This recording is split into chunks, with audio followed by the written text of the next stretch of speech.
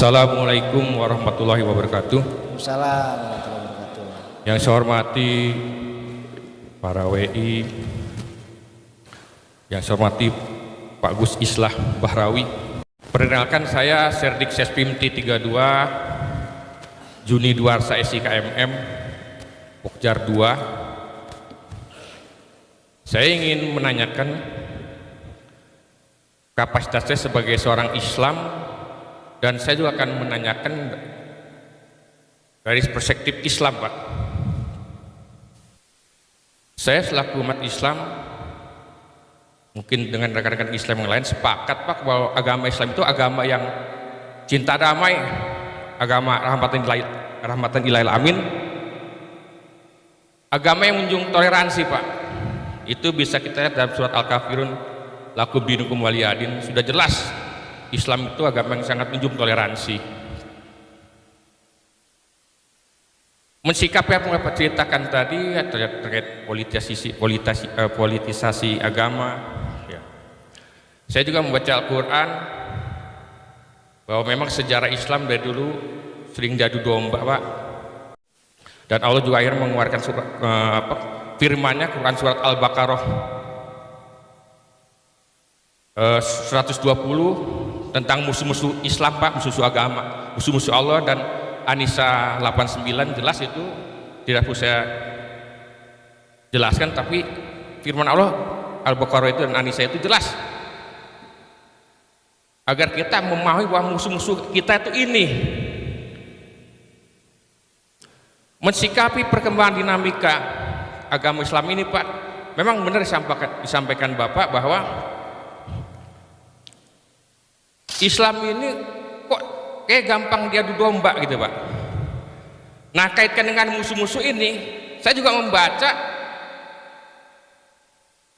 penyesatan agama Islam ini, Pak, seperti dibuatnya mazhab Syiah, yang di sini Abdullah bin Sabah, Pak, ya seorang Yahudi, dia membuat mazhab Harawit tadi yang Bapak sampaikan, ada mazhab Badariyah, mazhab Jahmiyah, membuat bid'ah, Pak.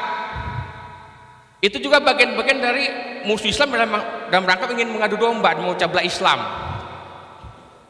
Ada juga Muslim liberal, Muslim formalistik, Muslim nasionalistis, invasi media. Nah, ini kan juga bagian-bagian ingin memecah Islam, Pak. Pertanyaan dari dinamika ini, menurut Pak Gus, apakah ada kemungkinan konspirasi, Pak, memang di era sekarang dengan yang musuh-musuh yang ada yang saya sampaikan tadi, yang memang suatu negara ataupun mungkin Bapak sebutkan tadi Amerika atau Yahudi berkonspirasi memang ingin memecah belah Islam itu, terutama Indonesia juga, Pak, dengan membuat teroris. Terus pertanyaan keduanya, sudah sejauh mana orang-orang Islam, terutama yang paham akan Al-Quran Sunnah, dalam rangka mengantisipasi pun langkah-langkah strategis dalam menghadapi musuh-musuh Islam tersebut yang ingin memecah belah, Pak? Ini pertanyaan saya, Pak. Ya. Terus yang pertanyaan yang lain, Pak, terkait perkembangan agama Islam juga di Indonesia ini, Pak, terutama masalah hari raya yang sangat berbeda, Pak. Apakah juga bagian dari suatu kualitas agama? Karena apa? Ketika ada perbedaan, Quran surat An-Nisa 59 jelas menyatakan, Pak, bahwa kita harus patuh pada Allah, Rasul, dan uli amri. Uli amri itu pegang kekuasaan. Ini mohon maaf, Pak, kan ada di sini, ya mohon maaf, ada NU dan Muhammadiyah, Pak. Kan semua itu warga negara, Pak. Kenapa dia tidak mau patuh dengan uli amri, Pak? Karena uli amri itu yang menentukan waktu lebaran, waktu puasa. Kenapa tidak mau patuh sama uli amri itu, Pak? Nah, ini juga ingin saya tanyakan, Pak. Ya, terus bagaimana kita mempunyai satu suara sebagai orang Islam? Tadi saya sampaikan, saya dari perspektif Islam, Pak, gitu, Pak. Jadi itu saja pertanyaan saya. Terima kasih, Pak.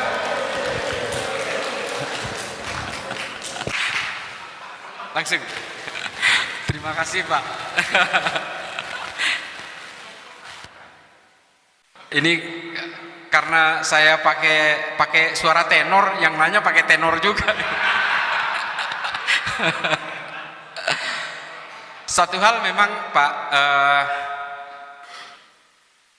saya tadi sudah katakan bahwa yang membuat berbagai perpecahan-perpecahan yang kemudian membuat berbagai sekte dengan tafsir-tafsir yang berbeda, itu sebenarnya memang diawali oleh perpecahan-perpecahan dalam politik.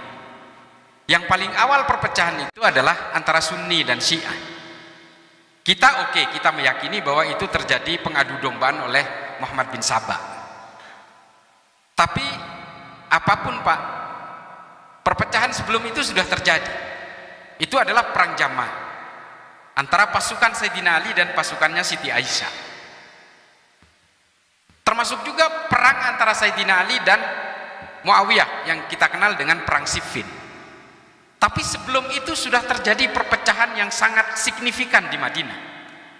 Ketika Muhammad bin Abu Bakar gagal dilantik menjadi gubernur Mesir yang kemudian berujung kepada pembantaian terhadap Sayyidina Utsman ibnu Affan. Perpecahan-perpecahan ini sudah terjadi dan kemudian menimbulkan multitafsir di dalam para sahabat sendiri. Mohon izin Pak, hadis Nabi ini rampung ditulis 200 tahun setelah Rasulullah wafat. Bayangin, 2 abad Pak. Yang namanya kitab Bukhari itu dirampungkan 200 tahun setelah Nabi wafat. Yang mentashih ya Imam Bukhari. Kita percaya kepada Imam Bukhari bahwa ini sahih, ini dhaif, ini maudhu dan sebagainya. Makanya saya sering katakan kita hari ini beragama ini, terutama Islam dan juga mungkin Kristen, Hindu dan Buddha, bahwa kita ini sekarang beragama berdasarkan katanya. Kita semua ini saya sering mengatakan bahwa kita semua ini bukan pemeluk agama. Kita itu hari ini pemeluk tafsir-tafsir agama. Dan semuanya katanya, kata siapa? Kata mufassir. Coba bayangin, ada satu kejadian hari ini terjadi tabrakan di depan Sespim. Yang luka itu lututnya. Besok ketika didengar di Bandung, itu bisa jadi yang luka kepalanya. 1 hari loh Pak. Hadis ini dirangkum, dikodifikasi 200 tahun rampungnya setelah Rasulullah wafat. Adakah deviasi di situ? Ada. Terbukti ada ribuan hadis yang kemudian disortir. Tapi apakah hadis yang dinyatakan tidak sahih ini dipakai hari ini? Dipakai Pak. Itulah kemudian yang menjadi dari prinsip dasar perbedaan-perbedaan tafsir berdasarkan usul fikih dan tasih yang berbeda. Surat Al-Baqarah ayat 20, Surat Al-Baqarah ayat 29, Surat Al-Baqarah ayat 41 yang paling sering dipakai oleh orang-orang dari kelompok teror hari ini. Mereka hanya menerjemahkan secara tekstual tanpa pernah tahu bahwa ini ayat turun ketika apa. Ayat ini turun ketika pasca perang Tabuk, ketika tidak ada satupun hanya sedikit pasukan Islam yang mau berperang ke Tabuk. Lalu kemudian di situ Allah marah kasarnya. Keluarlah ayat ini yang mengatakan musuh Islam itu adalah musuhnya orang-orang munafik itu. Angkal Yahudu ala Nasoro dan sebagainya. Karena orang-orang ini yang menolak berperang. Lalu turunlah ayat ini. Ayat ini kalau dipakai pada masa damai seperti hari ini, selesai kita. Lalu kemudian mencetak berbagai teroris-teroris yang masih meyakini bahwa ayat ini harus dipakai kapanpun. Padahal ada asbabun nuzulnya, sejarah turunnya. Pelaku bom Astana Anyar kemarin menggunakan ayat ini sebagai pembenaran. Ketika ayat-ayat perang dipakai pada masa damai, ini yang menjadi persoalan. Makanya ketika saya protes terhadap harokah istishhadiyah fatwanya Ustadz Abdus Somad, saya protes. Ustadz Abdus Somad pernah menghalalkan bom bunuh diri di Palestina yang disebut dengan harokah istishhadiyah. Saya bilang jangan main-main dengan fatwa. Meskipun Ustadz Abdus Somad mengatakan bahwa ini halal dilakukan di Palestina, tidak boleh dilakukan di Indonesia karena Indonesia negara damai. Persoalannya kelompok teror tidak menganggap Indonesia ini negara damai. Ini Darul Harb, ini daerah perang ini.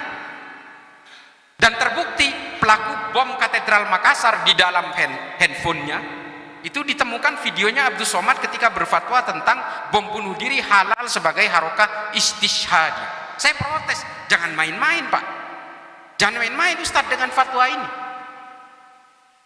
Karena fatwanya Abu Bakar Naji dalam kitab Idarat At-Tawahhus yang sebenarnya ditujukan kepada orang-orang di Irak dan Suriah ketika ISIS berjaya pada tahun 2012, fatwanya dikeluarkan oleh Abu Bakar Naji, seorang ulama Saudi. Fatwa itu akhirnya apa? Dipakai juga di Indonesia. Fatwa itu no boundaries, borderless bagi sebagian orang. Jangan kemudian dianggap ini hanya berlaku di Palestina, di sini tidak berlaku. Nggak bisa. Perspektif orang berbeda-beda, interpretasi orang berbeda-beda. Akhirnya apa? Fatwanya Abdus Somad dipakai di sini. Masih ada itu di Google videonya. Ada seorang pelaku bom Katedral Makassar, seorang ibu-ibu mengatakan ini harokah istishhadiyah, boleh dilakukan di Makassar. Coba. Nah, tafsir-tafsir yang seperti ini yang kemudian membuat kita berpecah belah.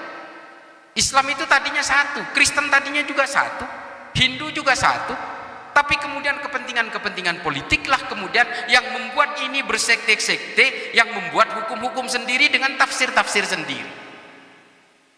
Semuanya berawal dari politik. Saya pertanggungjawabkan pernyataan ini. Semuanya berawal dari politik, dan juga karena politik kemudian keluarlah tafsir-tafsir yang berbasis kekerasan itu atas nama politik. Termasuk hari ini Hizbut Tahrir mengatakan orang Islam wajib, termasuk Ustadz Abdus Somad juga, saya protes ini fatwa ini.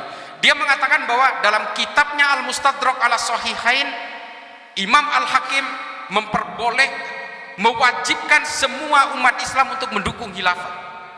Saya katakan tidak ada satupun negara yang mendukung khilafah hari ini, yang menggunakan sistem politik khilafah hari ini. Artinya apa? Semua orang Islam di seluruh dunia berdosa karena diwajibkan. Lalu saya katakan, jangan salah, Al-Mustadrak ala Sahihain yang ditulis oleh Imam Al-Hakim itu tidak boleh diikuti oleh Adz-Dzahabi karena ditulis oleh Imam Al-Hakim dalam keadaan pikun. Nggak ada balasan sampai sekarang dari Ustadz Abdus Somad. Saya juga sering protes Pak, dan juga saya diprotes oleh banyak orang. Perang Israel dan Palestina ini bukan perang agama, ini perang politik. Coba baca bukunya Simon Sebag Montefiore, Jerusalem, The Biography.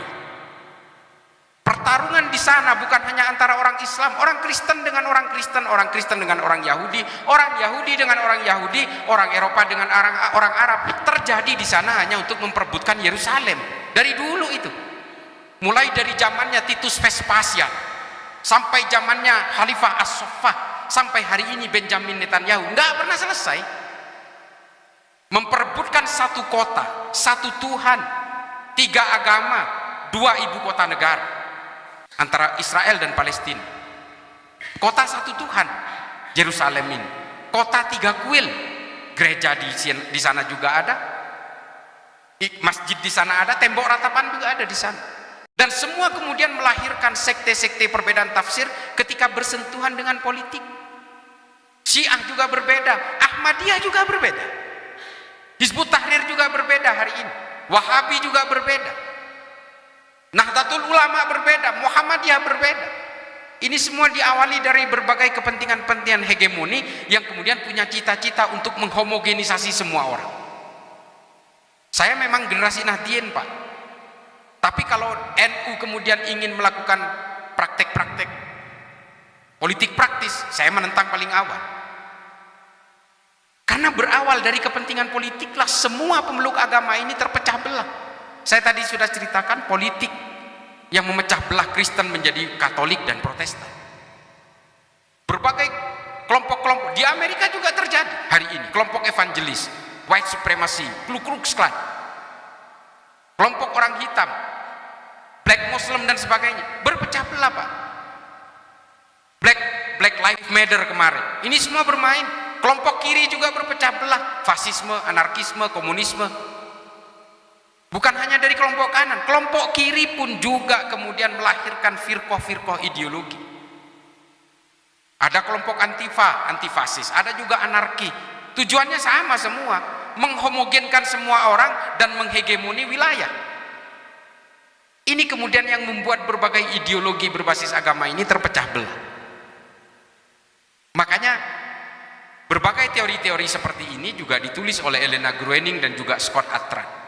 Talking to the Enemy mengatakan bahwa basis akar dari semua gerakan teror di seluruh dunia ini ya karena politik. Perpecahan dalam agama juga karena politik. Makanya kemudian kalau politisasi agama ini terus kita tidak bisa tangani, bukan hanya agama yang terpecah belah, Pak. Enklav-enklav sosial dan intimasi sosial masyarakat juga akan hancur. 2014, 2019 orang yang bercerai gara-gara beda politik aja itu banyak, Pak, ribuan. Apalagi saling mengkafirkan sesama orang Islam, saling mengkafirkan sesama orang Kristen, banyak sekali. Suami istri bercerai gara-gara satu milih Jokowi, satu milih Prabowo itu banyak, 1370-an angka perceraian gara-gara politik. Coba. Makanya bahaya kalau sudah ranah-ranah keimanan dibawa ke dalam urusan politik, maka yang ada adalah penghakiman-penghakiman. Politik ini bukan urusan akidah, bukan urusan keimanan. Politik ini fikih. Apa fikih? Hukum, kesepakatan, ijtima. Makanya kemudian yang menjadi bahaya adalah ketika orang menyeret paksa persoalan politik ke dalam ranah-ranah akidah. Makanya yang terjadi apa?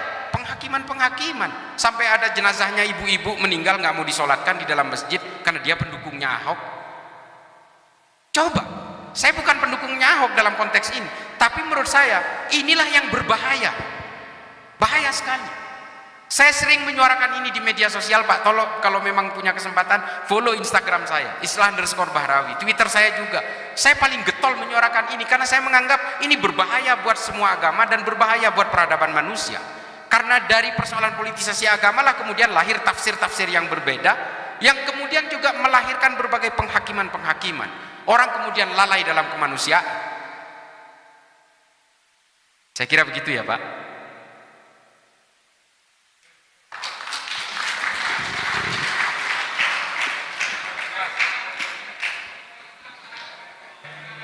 Ya, sorry. Gimana, Pak? Nah, iya. Saya betul. Ini yang penting. Siap. Ini penting juga.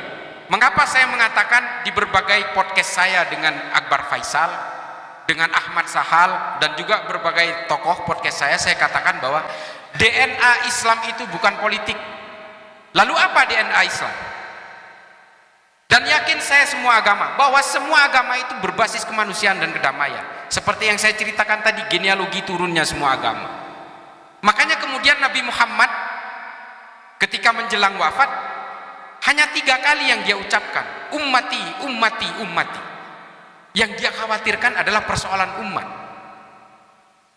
Dan juga mengapa Nabi Muhammad sebelum wafatnya tidak menyebut satu nama sebagai penggantinya beliau.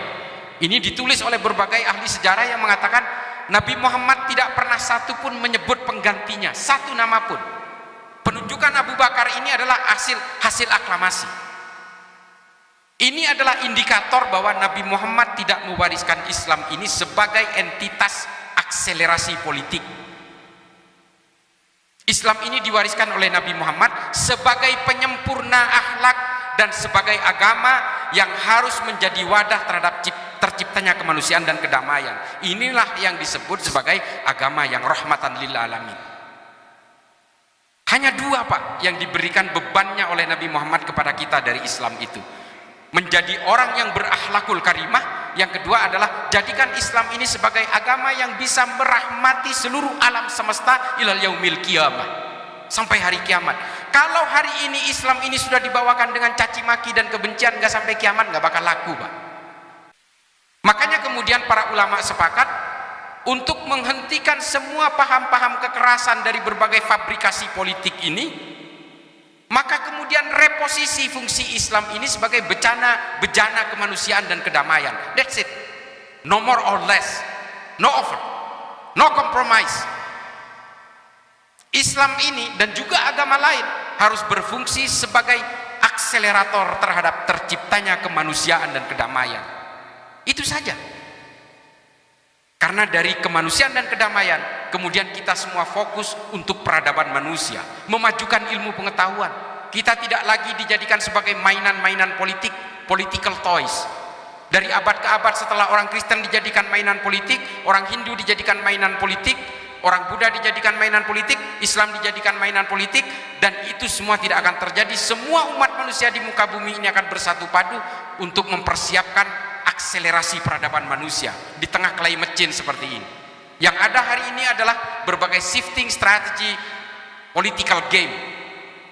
Pertarungan antara Rusia, Cina, Amerika, Eropa, Commonwealth dan sebagainya. Ini yang semua terjadi hari ini sehingga semua orang menjadi potensi untuk dijadikan political toys, bandul-bandul politik. Pergeseran itu terjadi mulai dari Afrika, Timur Tengah, Asia Selatan. Hari ini ke Asia Tenggara, Pak. Makanya Indonesia yang sedang diobok-obok. Mengapa Indonesia diobok-obok?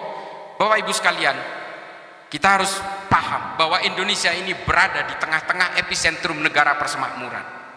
Kita pernah menyadari itu enggak? Apakah kita pernah menyadari bahwa 3 negara yang sibuk di Asia Tenggara dengan urusan teroris, dengan urusan radikal, selalu 3 negara, Pak. Filipina, Indonesia, dan Thailand. 3-tiganya bukan negara persemakmuran. Coba bayangkan itu.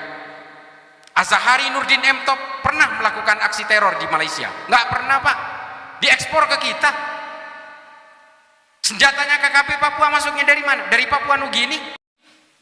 Yang membantu KKP Papua di PBB siapa? Vanuatu. Yang melindungi orang-orang dari berbagai akselerator, motivator dari KKP Papua, Benny Wenda, Veronica Koman, siapa? Australia, Inggris. Hizbut Tahrir, Ikhwanul Muslimin, kantor pusatnya di mana? Di Inggris. Yang menciptakan Wahabi, Lawrence, MI6 dan sebagainya, dari mana? Inggris. Wahabi milik siapa? Persemakmuran Inggris.